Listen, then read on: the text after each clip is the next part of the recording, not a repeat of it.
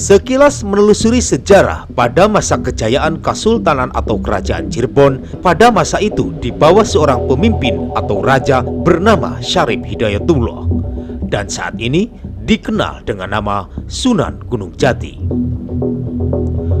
Pada saat itu, Kesultanan Cirebon memiliki kekuasaan wilayah hampir separuh Pulau Jawa bagian barat, bahkan hingga Lampung. Di bawah kepemimpinan Syarif Hidayatullah, orientasi kekuasaan bukanlah merupakan tujuan untuk memenuhi ambisinya sebagai seorang pemimpin, tetapi jauh lebih menitik beratkan ke syiar agama Islam. Dan menurut catatan sejarah, pada waktu masa itu pun terjadi pembagian wilayah di area kekuasaannya. Kerajaan Cirebon yang begitu luas kemudian mulai dipecah ya, oleh Sunan Gunung Jati sendiri ya.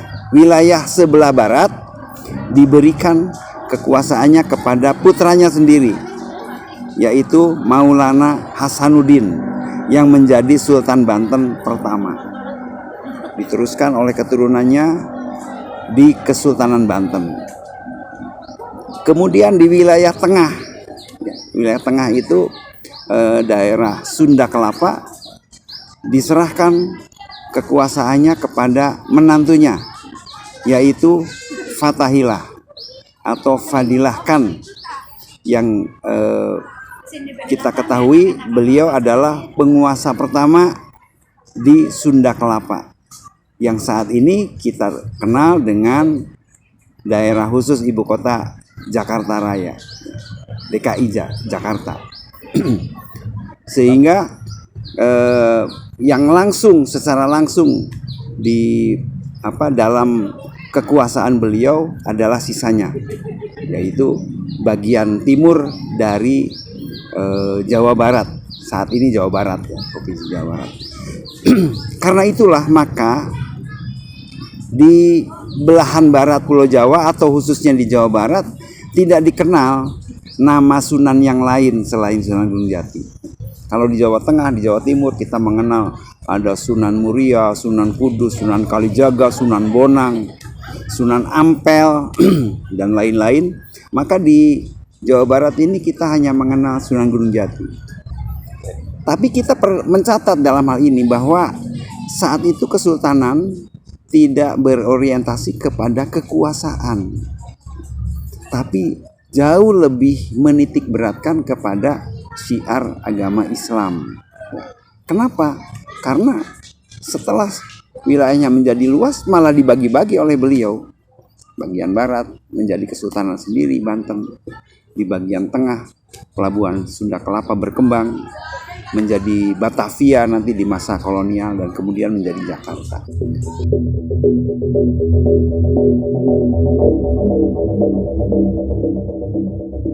Pesatnya perkembangan kerajaan Cirebon pada masa itu tak luput dari perkembangan faktor ekonomi, dan salah satunya yang mendorong perekonomian tersebut dengan adanya pelabuhan Cirebon yang merupakan pintu masuk sebagai sentra perdagangan. Untuk faktor ekonomi, jauh sebelum Cirebon ini terbentuk, jauh sebelum Kesultanan Cirebon berdiri ya, di wilayah Cirebon ini ada pelabuhan yang ramai dengan kegiatan perdagangan ekspor impor, namanya Pelabuhan Muara Jati. Ketika itu Pelabuhan Muara Jati dipimpin oleh seorang sah bandar yang bergelar Ki Gedeng Jumajan Jati, dan beberapa nama lainnya, ada yang menyebutnya sebagai Ki Ageng Tapa ya, ada yang menyebutnya sebagai Ki Gedeng Alang-alang. Beliau memimpin pelabuhan Muara Jati yang untuk lokasi saat ini kira-kira di daerah sekitar Celancang. Pada saat itu pelabuhan Muara Jati berada dalam kekuasaan satu kerajaan kecil yang bernama Kerajaan Singapura, yang pusat kerajaannya untuk lokasi saat ini ada di desa Mertasinga, ya, Mertasinga dan Sirnabaya, Kecamatan Gunung Jati, sekitar situ. Nah, potensi ekonomi ini tidak hilang, justru berkembang lebih maju lagi di masa Kesultanan Cirebon di bawah kepemimpinan Sunan Gunung Jati. Jadi pelabuhan Cirebon ini, pelabuhan Muara Jati, merupakan satu pelabuhan yang sangat strategis, dilintasi oleh perdagangan internasional, ya, bahkan kapal-kapal asing juga merapat di situ. Dan salah satunya yang dikenal dalam sejarah Indonesia adalah ekspedisi Laksamana Cheng Ho dari Tiongkok. Laksamana Cheng Ho beberapa kali merapat di pelabuhan Muara Jati. Ada bukti-bukti fisiknya, ya, berbagai peninggalan guci-guci di komplek makam Sunan Gunung Jati. Itu berasal dari abad ke-7, abad ke-8 yang dibawa oleh ekspedisi Laksamana Cheng Ho. Jadi dengan keberadaan Kesultanan Cirebon yang strategis, memiliki pelabuhan yang ramai dengan kegiatan ekonomi yang skala besar, ini menjadikan Kesultanan Cirebon menjadi kerajaan yang besar dan maju. Masyarakatnya sejahtera dan agamis. Kenapa? Karena ada agama baru di wilayah ini yang disebarkan atau yang disiarkan oleh Sunan Gunung Jati, yang beliau adalah termasuk majelis para wali yang menyebarkan Islam di Pulau Jawa dan di Nusantara. Ya, kita mengenal dengan istilah wali sanga.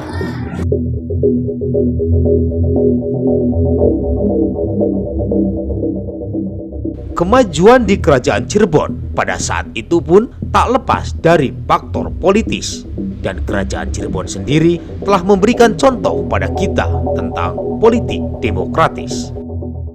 Nah, untuk di Kesultanan Cirebon, karena sejak terbentuknya kawasan Cirebon ini dihuni oleh berbagai etnis, ya, jadi multi etnis. Menurut salah satu naskah yang dipelajari oleh para sejarawan, bahwa pada awal abad ke-15 itu Pedukuhan Cirebon dihuni oleh 9 etnis, ya. Ada Jawa, Sunda, Melayu, Bugis, ya.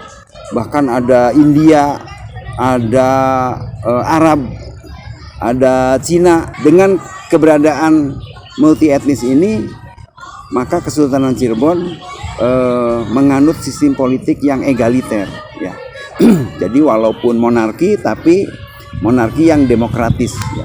Kita mengenal dalam beberapa bukti-bukti naskah-naskah sejarah ada lembaga musyawarah yang dinamakan jaksa pepitu, ya.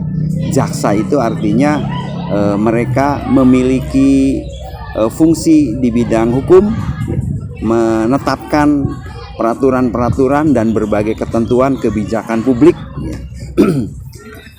Jaksa pepitu itu artinya jumlahnya 7 orang, ya. Dan jumlah 7 orang ini juga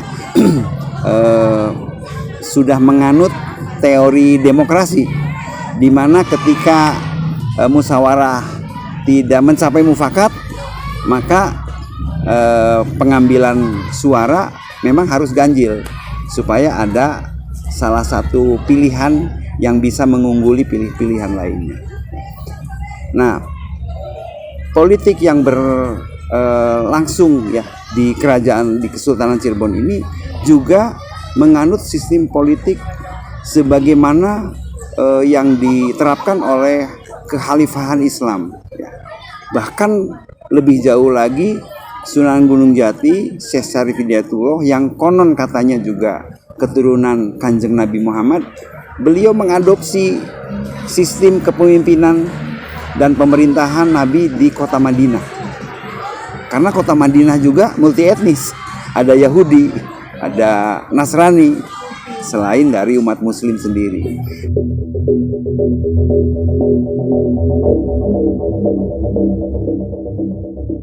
Pada masa itu, selain Kesultanan Cirebon, kesultanan-kesultanan lain di beberapa wilayah di Nusantara banyak yang menganut sistem politik keislaman. Bahkan hingga kini banyak yang menjadi acuan dasar-dasar terbentuknya falsafah negara. Ya, jadi kepemimpinan beliau tidak hanya Sunan Gunung Jati, tapi juga di masa itu Islam sudah menyebar ke seluruh Indonesia. Ya, kita tahu di daerah-daerah lain juga muncul kesultanan-kesultanan, dari mulai di Sumatera ada Kesultanan Delhi, ada Kesultanan Pagaruyung, kemudian di Kalimantan ada berbagai kerajaan sampai ke daerah Maluku. Ya, ada Ternate, Tidore. Ya, mereka menganut sistem politik Islam yang kurang lebih sama dengan yang dilaksanakan oleh Sunan Gunung Jati. Bagaimana mereka mengembangkan pola-pola musyawarah, ya. Bagaimana mereka mempercayakan satu jabatan kepada orang yang memiliki kompetensi. Nah, pola-pola seperti ini akhirnya menjadi pola yang secara umum menjadi adat istiadat masyarakat di Nusantara, yang kemudian di kemudian hari, ratusan tahun kemudian, ya, ketika negara kita dijajah oleh pemerintah kolonial dan para pendiri bangsa ini berusaha untuk meraih kemerdekaan, mereka memikirkan konsep pemerintahan seperti apa yang akan kita anut. Singkat cerita, para pemimpin kita merumuskan, ya, falsafah negara yang berasal dari falsafah kehidupan masyarakat di Nusantara, yang setelah dirumuskan akhirnya kita mengenalnya sebagai nilai-nilai Pancasila, ya, mulai dari ketuhanan yang Maha Esa, kemudian nilai-nilai kemanusiaan, kemudian bagaimana persatuan itu diwujudkan dari berbagai kelompok yang berbeda-beda bisa menghimpun satu kekuatan dengan cara bersatu. Kemudian bagaimana pemerintahan yang berorientasi kepada kerakyatan atau demokrasi. Ya, kalau demokrasi ala Barat seperti itu, kita punya sistem demokrasi sendiri, yaitu kerakyatan yang dipimpin oleh hikmah kebijaksanaan. Jadi kerakyatan ini artinya berorientasi kepada nilai-nilai kebijaksanaan. Di mana kita temukan itu? Dalam permusyawaratan. Siapa yang bermusyawarah? Perwakilan.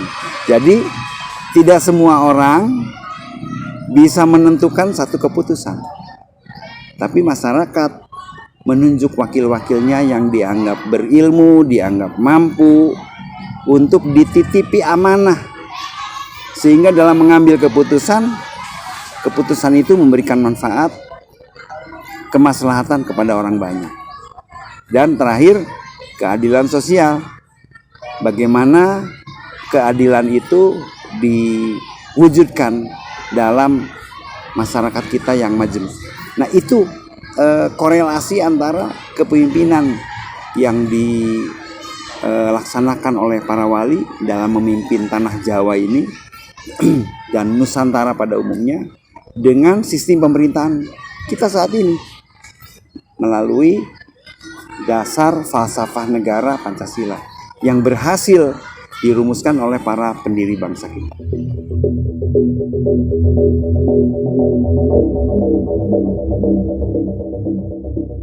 Sebagai masyarakat yang paham akan tradisi dan budaya, dasar-dasar falsafah yang telah dirumuskan dan diwariskan oleh kepemimpinan terdahulu sudah seharusnya kita anut dan menjalankannya demi kehidupan yang lebih baik dalam berbangsa dan bernegara yang berkelanjutan untuk menuju kesejahteraan. Jadi dengan falsafah kepemimpinan yang diwariskan oleh leluhur kita, ya, khususnya di Cirebon, Sunan Gunung Jati, dan leluhur bangsa Indonesia, ya, dan para pendiri bangsa, ya, mereka sudah bersusah payah merumuskan baik itu pola pemerintahan, bentuk pemerintahan, sampai kepada dasar falsafah negara. Bagaimana kita mengelola negara sudah diberikan dasar-dasarnya, filsafatnya seperti apa. Maka itu harus menjadi perhatian kita di setiap momen-momen politik, di setiap momen-momen pengambilan kebijakan. Kita wajib, ya. Kenapa wajib? Karena itu warisan dari leluhur kita sendiri, warisan dari para pendiri bangsa. Kita wajib memperhatikan apakah yang kita lakukan ini sesuai dengan falsafah hidup bangsa kita yang sudah diwariskan oleh para pendiri negeri ini. Apakah itu sesuai? Apakah tidak bertentangan dengan dasar-dasar filosofis yang diwariskan oleh para wali? Ya. Karena masyarakat kita sekarang berbondong-bondong berziarah Wali Sanga, keliling Pulau Jawa, dari mulai Cirebon sampai ke Tuban, sampai ke Jawa Timur.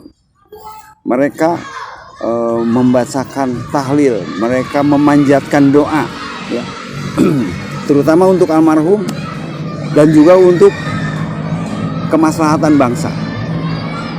Buat apa kita berziarah tapi kita meninggalkan nilai-nilai luhur yang justru lebih berharga, yang sudah diwariskan oleh para pendiri bangsa ini.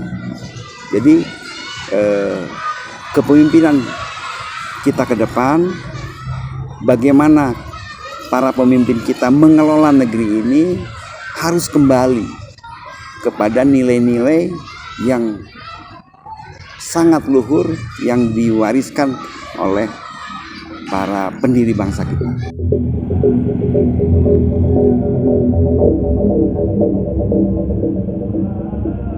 Jadi, sebagai warga negara yang baik dan benar dalam memilih kepemimpinan mendatang, sudah seharusnya kita kembali ke nilai-nilai yang sangat luhur, seperti yang diwariskan oleh para pendiri terdahulu bangsa ini.